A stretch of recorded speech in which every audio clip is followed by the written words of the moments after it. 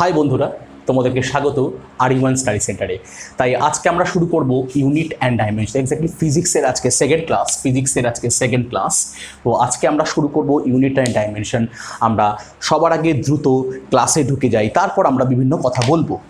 তো unit and dimension সম্পর্কে পড়ার আগে কি পড়তে হবে জানতে হবে আমাদের হোয়াট ইজ কোয়ান্টিটি। কি জানতে হবে? হোয়াট ইজ কোয়ান্টিটি, এক্স্যাক্টলি রাশি কি। এখন কথা হচ্ছে স্যার, এই রাশি কি সেই জি বাংলার রাশি নাকি সেই স্টার জলসার পাখি? না, এই রাশি সেই জি বাংলার রাশিও নয় বা পাখিও নয়। এ রাশি কি? এ রাশি সে রাশি এ রাশি সে রাশি যে রাশিতে তুমি সারাদিন ব্যবহার করো। এ রাশি সে রাশি যে রাশিকে তুমি সারাদিন ব্যবহার করো। এ রাশি সে রাশি, এ রাশি ছাড়া তুমি সারাদিন নিজেকে রিপ্রেজেন্ট করতে পারবে না। এ রাশি সে রাশি। এ রাশি আবার কিন্তু সেই মিথুন রাশি, কর্কট রাশি সে রাশি নয় কিন্তু। এ রাশি কেমন রাশি তোমাকে একটু উদাহরণ দিই আমি। দেখো, আমি যদি তোমাকে বলি যে তোমার কাছে কটা পেন আছে, তুমি বলতে পারবে না আমার কাছে অনেক পেন আছে, বা তুমি এটাও বলতে পারবে না আমার কাছে অল্প পেন আছে। তার মানে তুমি বলতে পারবে যে আমার কাছে 10টা পেন আছে, আমার কাছে 50টা পেন আছে, বা আমার কাছে 5টা পেন আছে।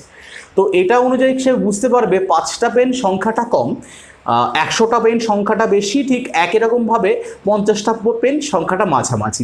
তার মানে তুমি এই পেনটাকে বোঝাতে গেলে কিন্তু তোমার সংখ্যা লাগলো।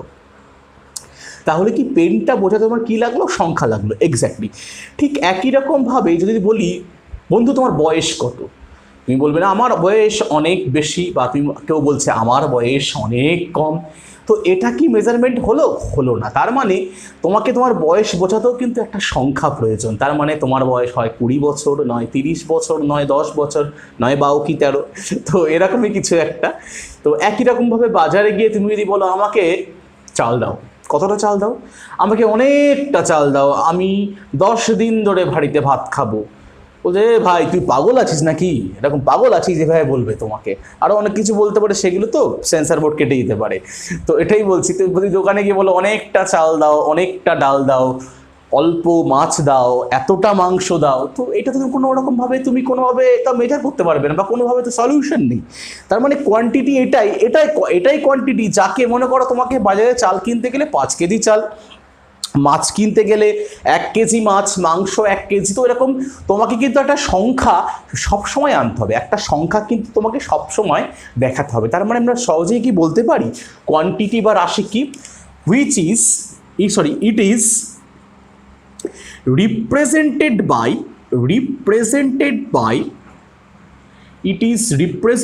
by a number। এটা কি? একটা নাম্বার দ্বারা প্রকাশ করে। It is represented by a number, একদমই সংখ্যা দ্বারা প্রকাশ করা হয়। এক্স্যাক্টলি সংখ্যা দ্বারা প্রকাশ করা হয়।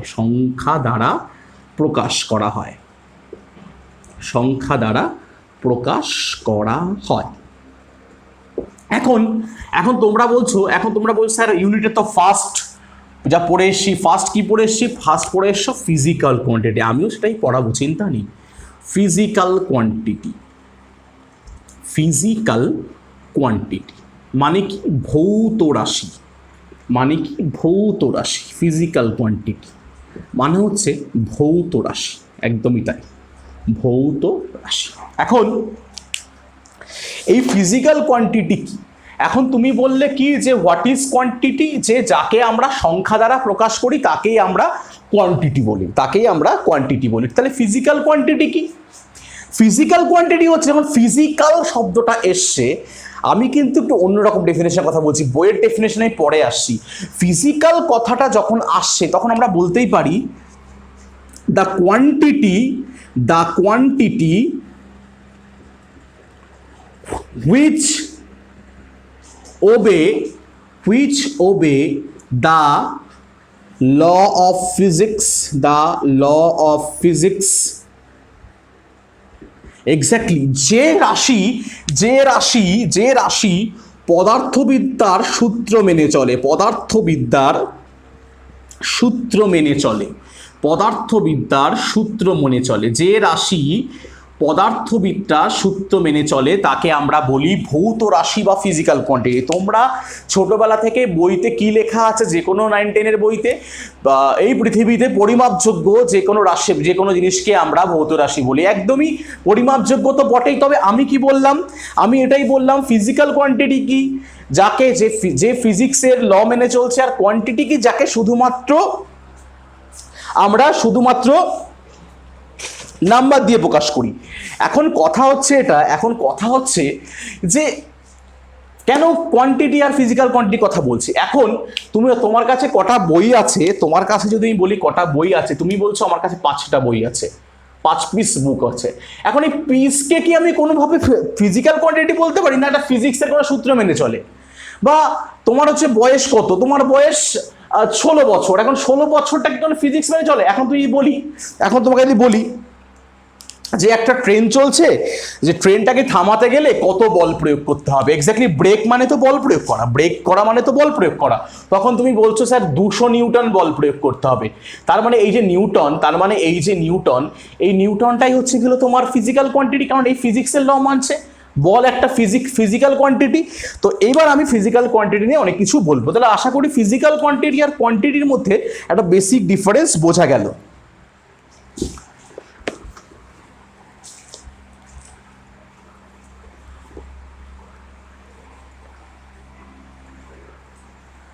তো চলো আমরা এবার ফিজিক্যাল কোয়ান্টিটি সম্পর্কে একটু দেখে নিই। এখন আমি কতগুলো পয়েন্ট লিখছি, দেখো আমি লিখছি 10, 20, 30, 70, 50, 40। তো ঠিক আছে, এ পর্যন্তই থাক। এখন এই ফিজিক্যাল কোয়ান্টিটিকে বোঝাতে গেলে, তুমি বলতে পারবো 10 মানে কি, 30 মানে কি, 40 মানে কি, 20 মানে কি, 70 মানে কি, 50 মানে কি। তো এগুলোর মানে কিন্তু বোঝা খুব কঠিন ব্যাপার, বুঝতেই পারবো না। এখন যদি আমি বলে দিই 10 ডিগ্রি সেলসিয়াস, এখন যদি আমি বলে দিই 30 নিউটন বল, এখন যদি আমি বলে দিই 40 ওয়াট পাওয়ার, এখন যদি বলে দিই 70 জুল কাজ, এখন যদি আমি বলে দিই 20 অ্যাম্পিয়ার কারেন্ট, আর এখন যদি আমি বলে দিই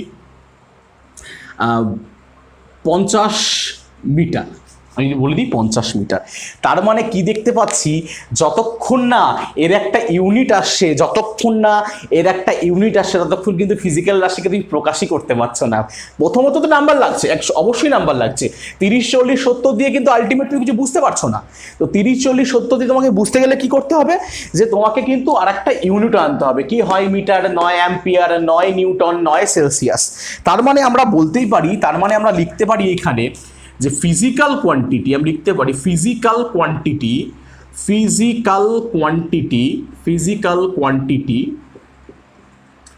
is represented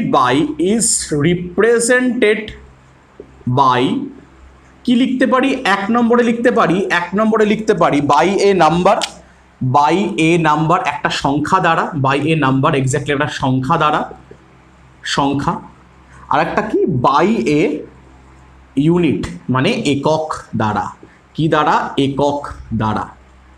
ঠিক আছে, তাহলে কি বুঝতে পারলাম? তাহলে ফিজিক্যাল কোয়ান্টিটিকে আমরা কি দিয়ে ডিনোট করি? ফিজিক্যাল কোয়ান্টিটিকে আমরা হয় তোমার নাম্বার দিয়ে ডিনোট করি, অথবা নাম্বার এবং ইউনিট দুটোই আমাদের ডিনোট করার জন্য প্রয়োজন হয়। আশা করি এই পর্যন্ত কোনো প্রবলেম নেই। তো চলে আসছি নেক্সট যেটা করাবো আমরা কি বলবো, ফিজিক্যাল কোয়ান্টিটি কত প্রকারের হয় দেখে নিই আমরা। ফিজিক্যাল কোয়ান্টিটি কত প্রকারের হয়, দেখি আমরা। ভৌত রাশি ক প্রকার? ছোট্টবেলা থেকে পড়ে এসছো কি? একটা হচ্ছে স্কেলার কোয়ান্টিটি,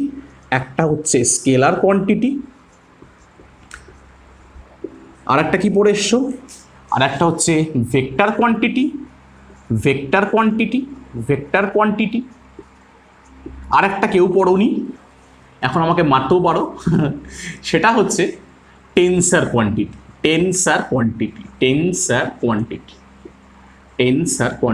ঠিক আছে, এখন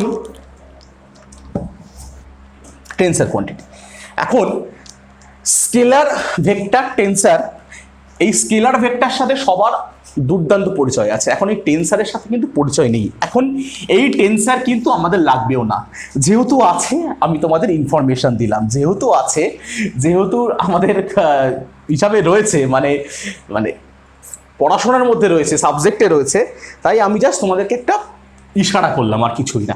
তাহলে স্কেলার মানে আমরা কি জানি, যে যার শুধুমাত্র মান আছে, কি আছে, ম্যাগনিটিউড, মানে শুধুমাত্র মান আছে, শুধুমাত্র মান আছে। আর ভেক্টর মানে কি, যার কি মান ও অভিমুখ দুই আছে, ম্যাগনিটিউড, ম্যাগনিটিউড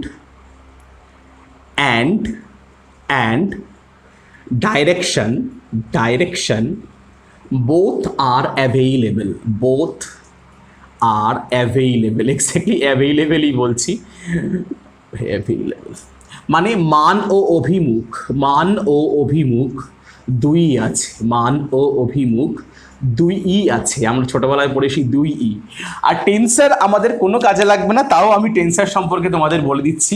এটাই কি কি আছে, এটাই ম্যাগনিটিউড তো আছেই, ডাইরেকশনও আছে, আর কি আছে, প্লেন আছে, একটা প্লেন এখানে আলাদা ডিনোট করা হয়, কিন্তু এটা আমাদের কোনো প্রয়োজন নেই, আমরা কিন্তু স্কেলার আর ভেক্টর সম্পর্কেই পড়বো।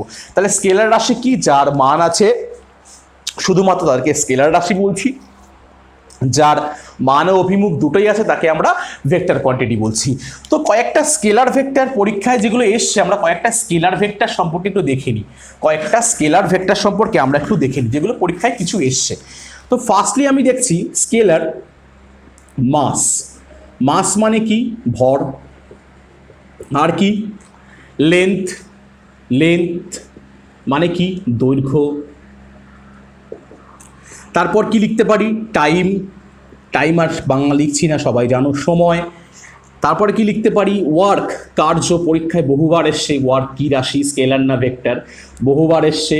তারপরে পাওয়ার মানে ক্ষমতা, পাওয়ার মানে ক্ষমতা। তারপরে এনার্জি, এনার্জি মানে শক্তি, এনার্জি মানে শক্তি। প্রেশার, প্রেশার মানে চাপ, এটাতে কতবার এসছে তার ঠিক নেই, প্রেশার মানে চাপ, ঠিক আছে, এটা বহু লোক ভেক্টর রাশি হিসেবে ভুল করে আসে, প্রেশার, চাপ। এরিয়া মানে ক্ষেত্রফল, এরিয়া মানে ক্ষেত্রফল, ঠিক আছে, ঠিক একই রকমভাবে ভলিউম। তো এরকম এক্সাম্পল কতগুলো লিখলাম, তো এগুলো কিন্তু পরীক্ষায় আসা এক্সাম্পল, এগুলো পরীক্ষায় এসছে, তাই আমি এগুলো প্রত্যেকটা সম্পর্কে আমি পড়াবো এবং প্রত্যেকটার ইউনিট, প্রত্যেকটা স্কেলার না ভেক্টর আমি পরিষ্কার বুঝিয়ে দেবো, সুতরাং টেনশন নেওয়ার কিছু নেই। আপাতত ফার্স্ট লটে তোমরা এটুকু পড়ো, ঠিক আছে। তাহলে দেখে নিই আর কতগুলো ভেক্টর কোয়ান্টিটি সম্পর্কে। কিরকম ভেক্টর কোয়ান্টিটি, যেমন ফোর্স মানে কি বল, ফোর্স মানে কি বল, যেমন মোমেন্টাম, যেমন মোমেন্টাম মানে কি ভরবেগ, মোমেন্টাম মানে ভরবেগ।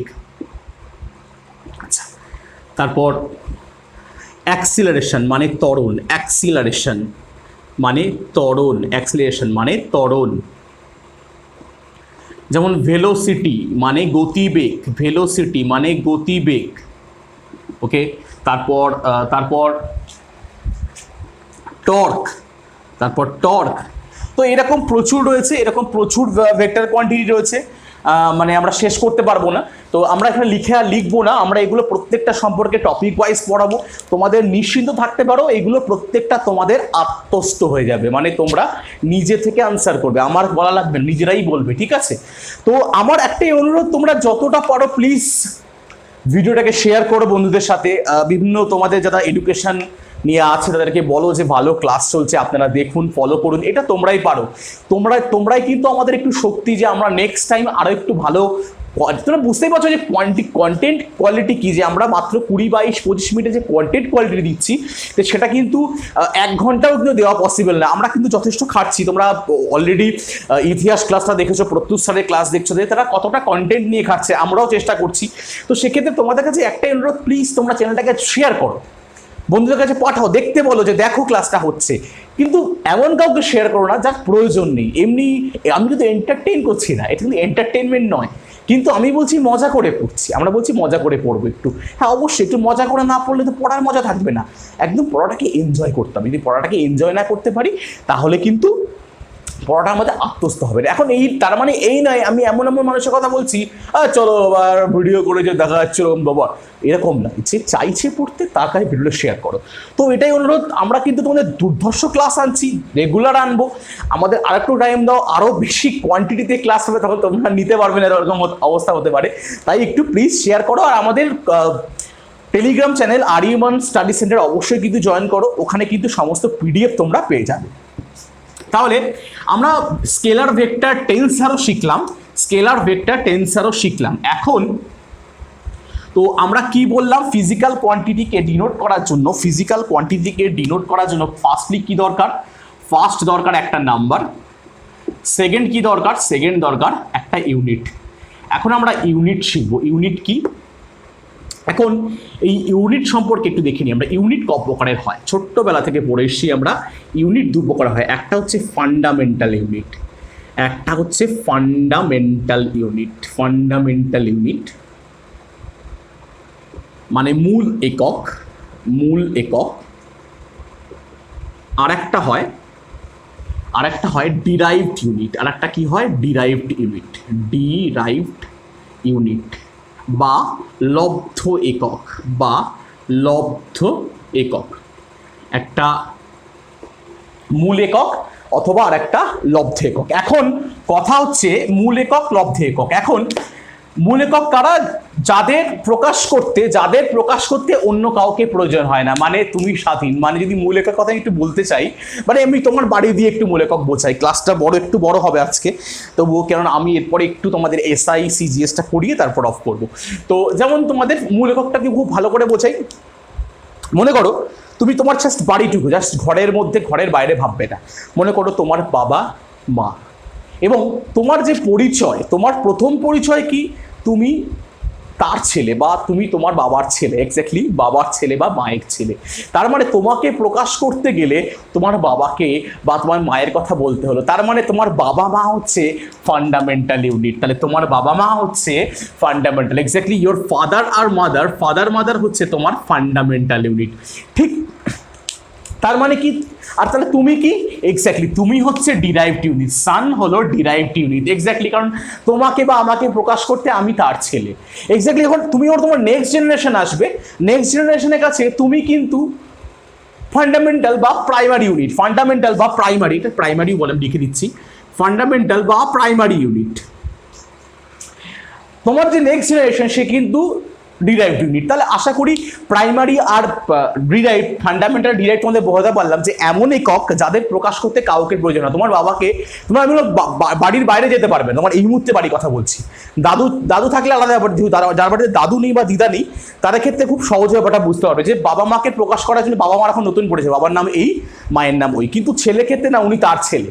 তো ঠিক একই রকমভাবে যে একক প্রকাশ করতে কাউকে প্রয়োজন না, যে সম্পূর্ণ স্বাধীন, যে স্বাধীনভাবে বিচরণ করে, তাকে বলি আমরা ফান্ডামেন্টাল বা প্রাইমারি ইউনিট। আর যাকে প্রকাশ করতে আমাদের প্রাইমারি ইউনিটের সাহায্য নিতে হয়, তাকে আমরা বলি ডিরাইভড বা লব্ধ একক। তার মানে কি, it is a independent unit লিখতে পারি, ইন্ডিপেন্ডেন্ট ইউনিট লিখতে পারি, ইন্ডিপেন্ডেন্ট ইউনিট। এটা কি লিখতে পারি, it is depend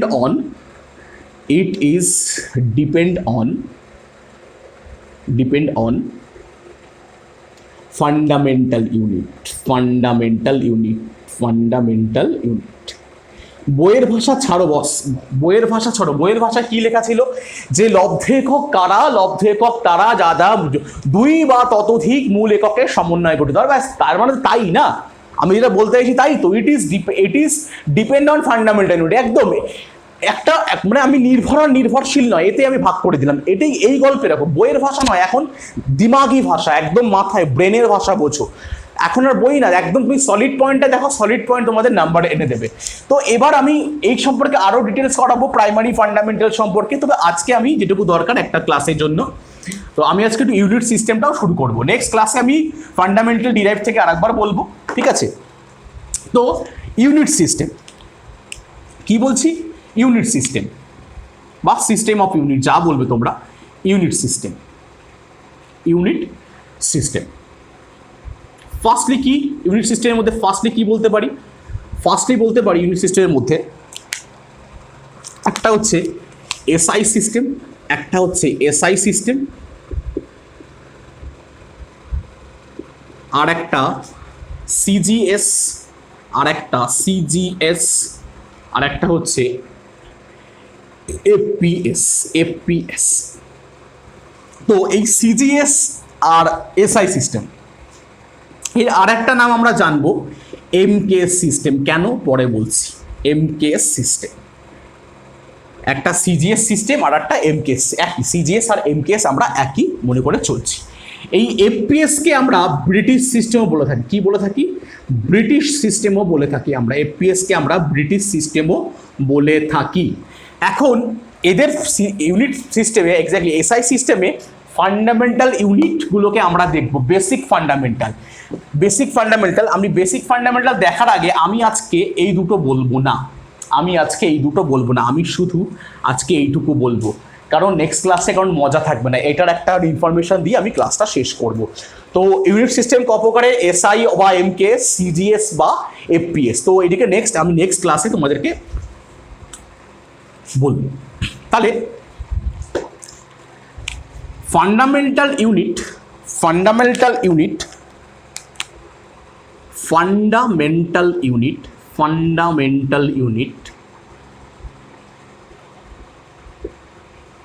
in SI system,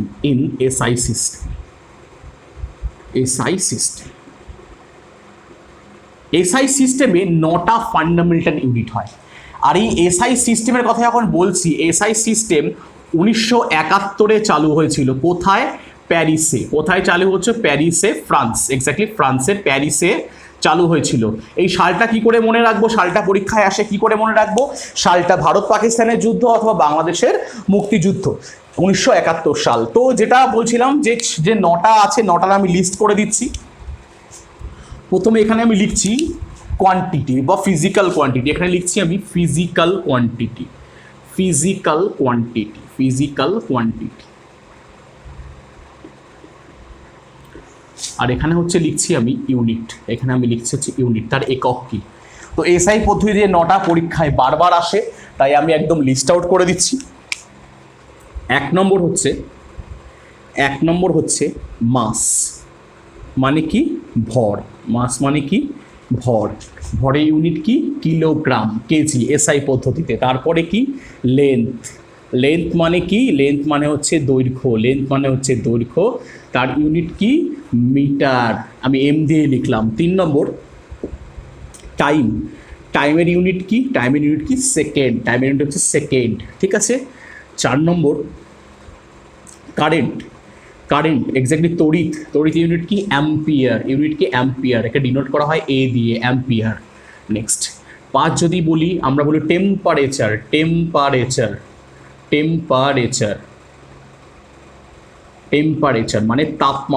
মানে তাপমাত্রা। এর ইউনিট কি? কেলভিন। ইউনিট কি? কেলভিন। আমরা কি দিয়ে লিখি? কে দিয়ে লিখি। 6 নম্বর অ্যামাউন্ট অফ সাবস্টেন্স মানে পদার্থের পরিমাণ, মানে হচ্ছে পদার্থের পরিমাণ কি? মোল, MOLE, মোল। আমরা MOL দিয়েও লিখি। তো 6 নম্বর এখানে লিখলাম। 7 নম্বর আমি এখানে লিখছি লুমিনাস ইন্টেন্সিটি মানে দীপন প্রাবল্য কি? দীপন প্রাবল্য। পরীক্ষায় বহুবার এসছে এটা। এটার ইউনিট কি? এটা হচ্ছে ক্যান্ডেলা। ইউনিট কি? ক্যান্ডেলা। ছোট করলে কি হয়? সিডি। আচ্ছা, লাস্টলি কি? লাস্ট দুটো আছে। একটা হচ্ছে প্লেন অ্যাঙ্গেল, নর্মাল কোণ। প্লেন অ্যাঙ্গেল মানে হচ্ছে রেডিয়ান বা র্যাড। আর 9 নম্বর হচ্ছে সলিড অ্যাঙ্গেল বা ঘন কোণ। তার ইউনিট হচ্ছে স্টে রেডিয়ান। তাহলে এই 9টা ইউনিট ভীষণ ইম্পর্টেন্ট, যার মধ্যে পরীক্ষায় বহুবার এসছে এইটা কি লুমিনাস ইন্টেন্সিটি, এক্স্যাক্টলি সব থেকে বেশি ইম্পর্টেন্ট কিন্তু লুমিনাস ইন্টেন্সিটি পরীক্ষায় বহুবার এসছে দীপন প্রাবল্য। তো এখান থেকে একটা প্রশ্ন থাকে আমার, এখান থেকে প্রশ্ন থাকে যে Luminous intensity which device is used to measure luminous intensity LI, কোন ডিভাইস দিয়ে লুমিনাস ইন্টেন্সিটি মাপা হয়, কোন ডিভাইস দিয়ে লুমিনাস ইন্টেন্সিটি মাপা হয়। তাহলে দেখতে পাচ্ছ এসআই পদ্ধতিতে 9টা ইউনিট রয়েছে, একটা মাস, লেন্থ, টাইম, কারেন্ট, টেম্পারেচার মানে কেলভিন, অ্যামাউন্ট অফ সাবস্টেন্স মানে মোল। লুমিনাস ইন্টেন্সিটির পরীক্ষায় বহুবার এসে ক্যান্ডেলা, প্লেন অ্যাঙ্গেল, রেডিয়ান এবং সলিড অ্যাঙ্গেল, স্টেট রেডিয়ান। এখন রেডিয়ান যখন বললাম পরীক্ষায় কোশ্চেন যে পাই রেডিয়ান মানে কত, 180 ডিগ্রি।